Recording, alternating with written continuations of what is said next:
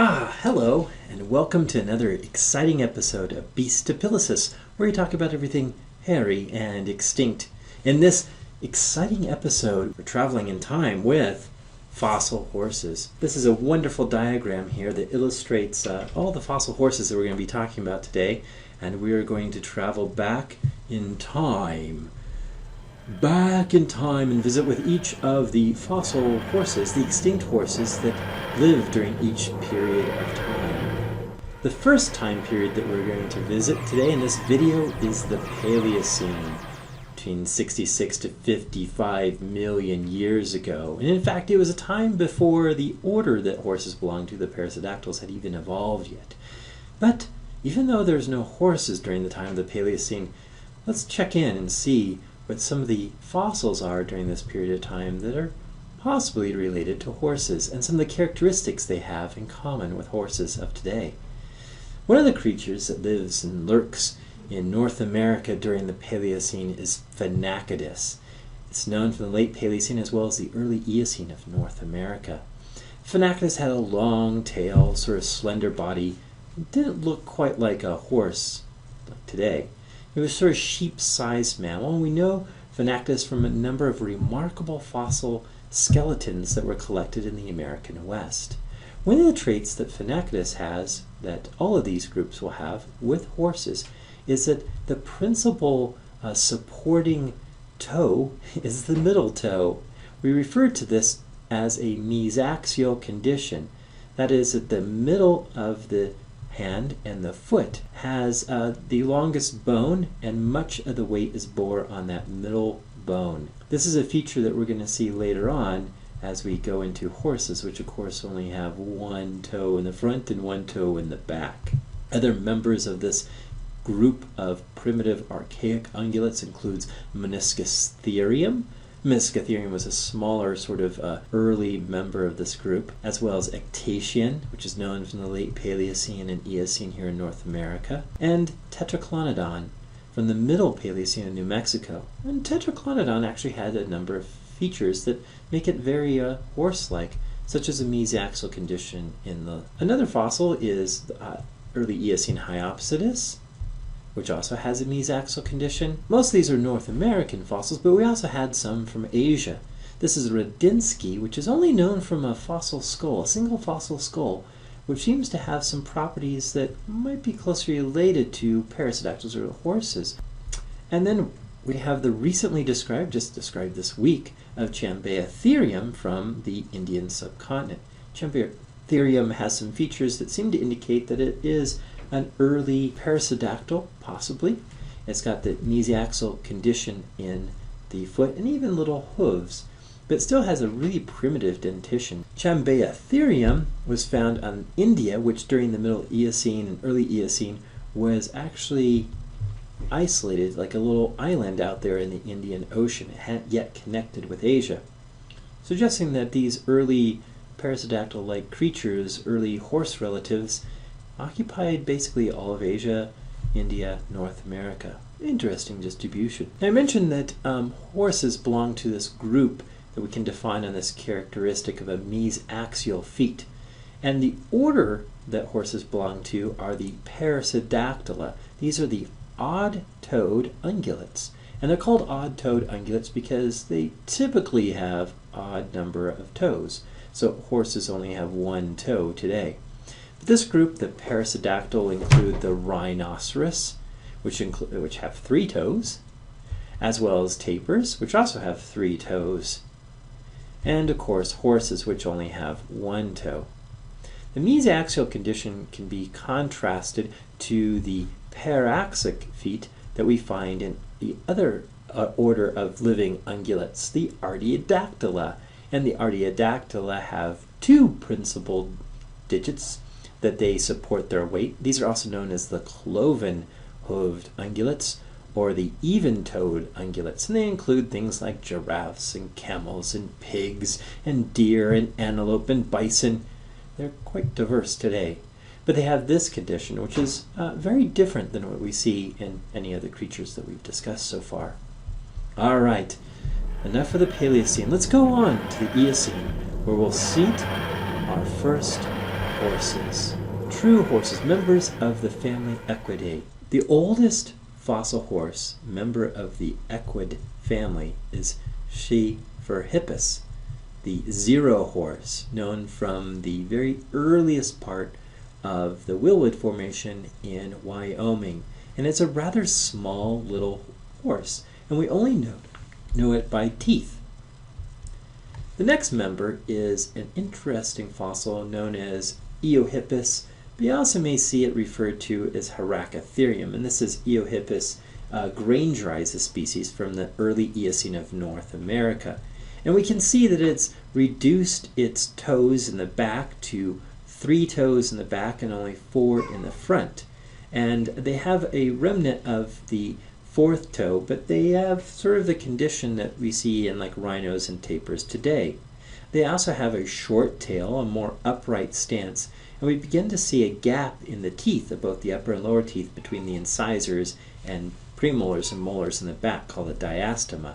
Now you may be wondering about the term Archie Etherium or the term Eohippus. Which one is the correct one to refer to these early horses? So the original Archie Etherium was named by this fellow. This is Richard Owen. He also named dinosaurs. But he also came up with the term Archie Etherium for a couple of fossils that were found in the Oxford clay in England during the Eocene time.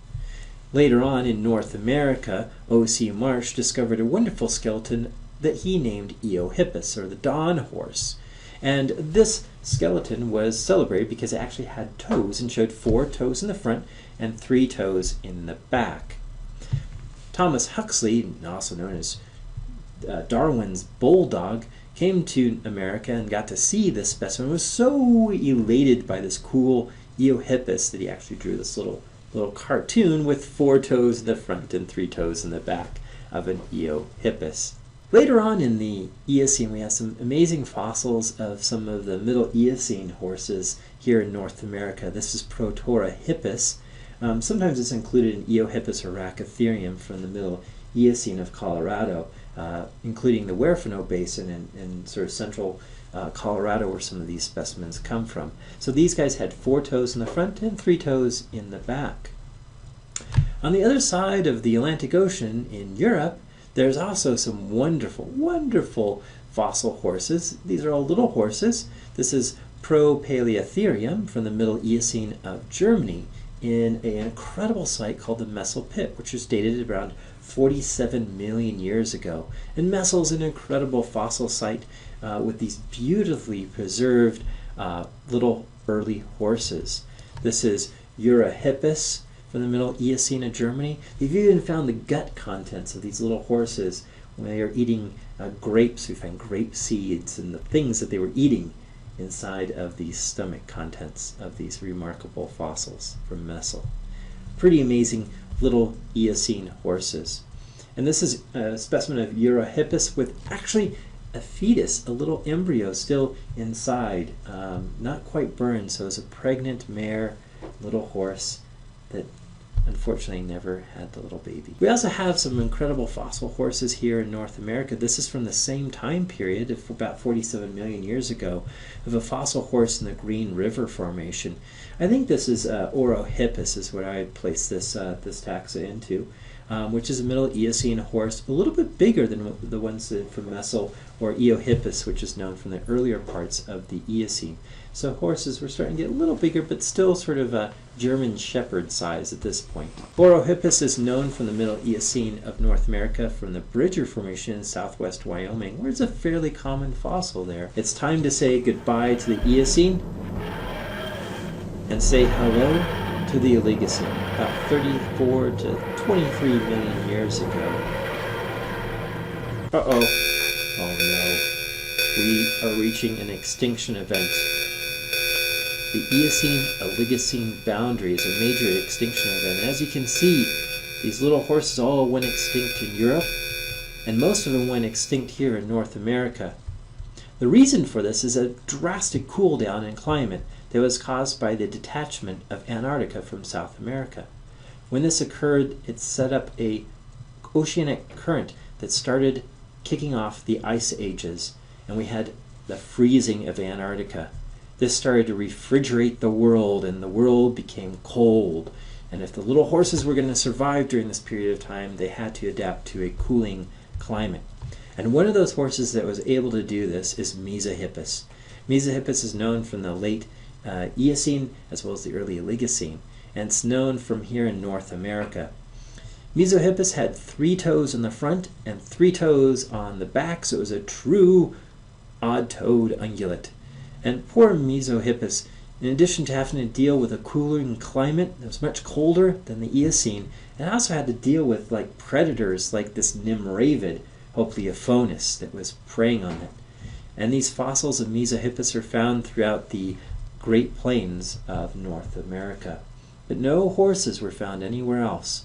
So North America was sort of a refuge during this time of these early horses.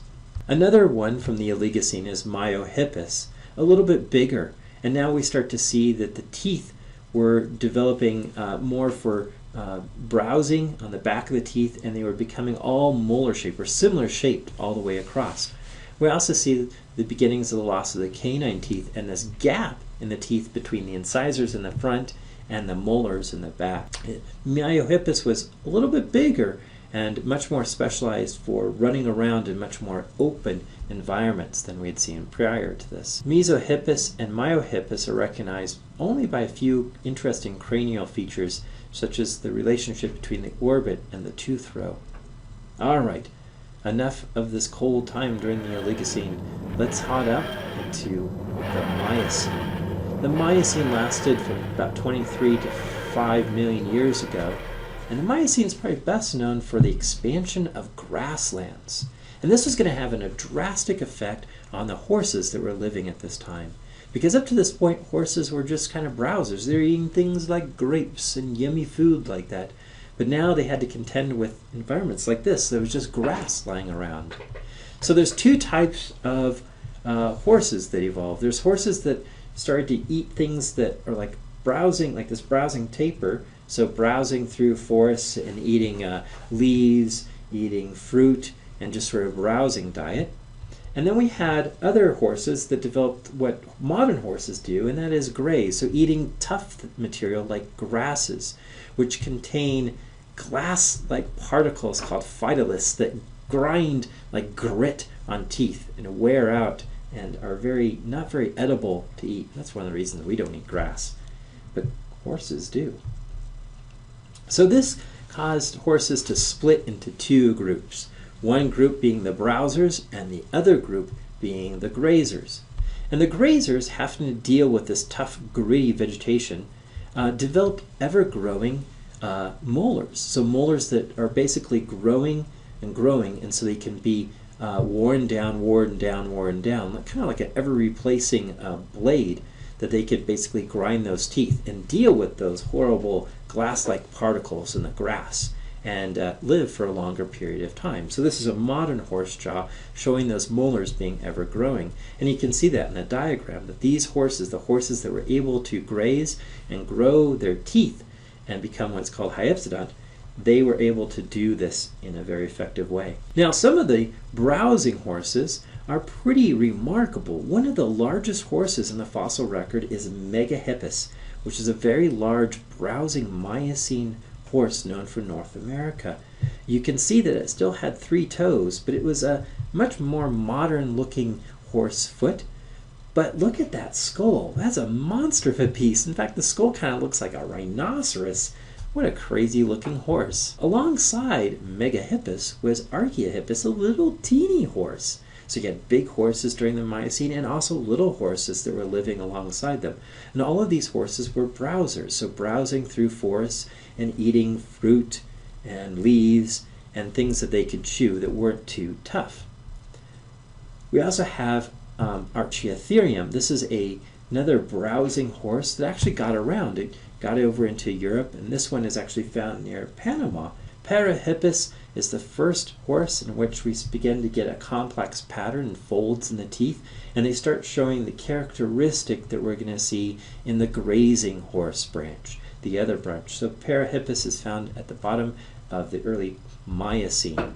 During the Miocene, we also have Eohippus. Eohippus is one of the first grazers, like really specializing in grazing. It's known from the later part of the Miocene and into the Pliocene here in North America. It still had 3 toes in the front and 3 toes in the back. And Eohippus was the first horse where we find it only has 1 toe in the front and 1 toe in the back. This is like the modern condition. And Eohippus is known from the Miocene to Pliocene of North America. Interestingly enough, there's a site called Ashfall Beds in Nebraska where a whole population of Eohippus have been found.